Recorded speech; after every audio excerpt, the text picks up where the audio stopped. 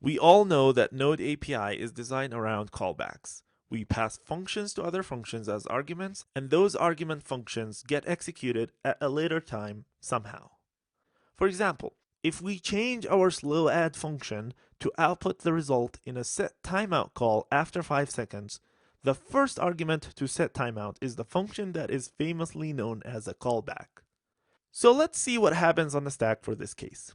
We call slow add 3 and 3, push that to the stack. Slow add calls set timeout, so we push that to the stack. Since set timeout does not call any functions but rather has a function argument, it gets popped out of the stack immediately. And at that point, slow add 3 and 3 is done, so we pop that out of the stack too. Then we continue. Slow add 4 and 4, push it to the stack, calls set timeout, push that to the stack and immediately pop it, then pop slow add 4 and 4, then somehow console log 6 gets added to the stack to be executed, and after that console.log 8 gets added to the stack to be executed. To understand how the last two calls to console log appeared in the call stack, let's take a look at the bigger picture here.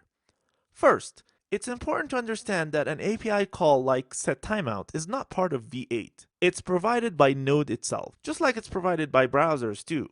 It's wired in a way to work with the event loop asynchronously. That's why it behaves a bit weirdly on the normal call stack.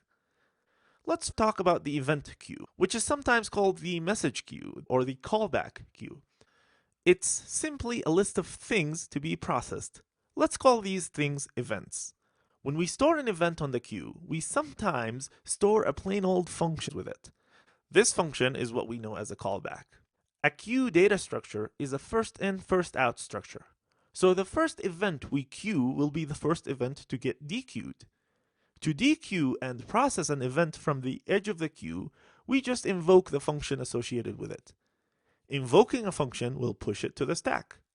So we start with the anonymous function. It pushes slow add 3 to the call stack, which in turn pushes set timeout callback 1 delay of 5 seconds.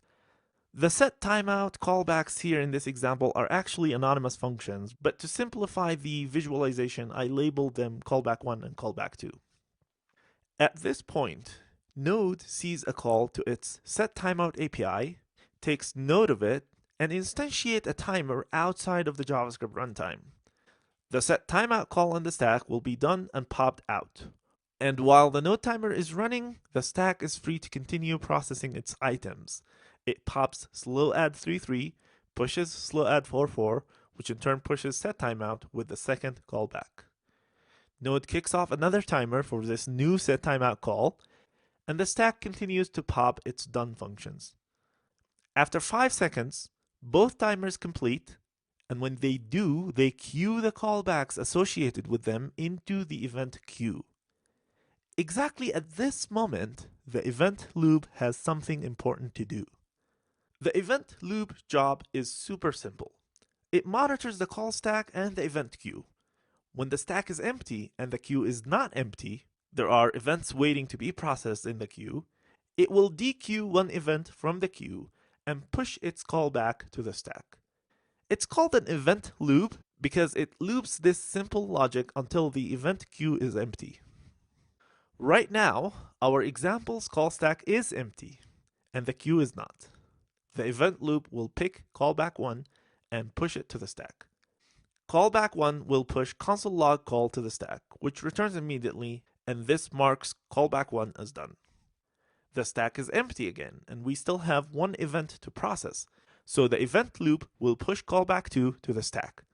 And callback 2 pushes console log, done, pop, callback 2 is done. And we are at an idle state now for the event loop.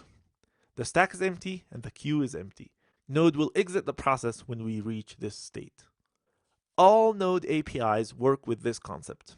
Some process will go handle a certain I/O asynchronously, keeping track of a callback, and when it's done, it will queue the callback into the event queue.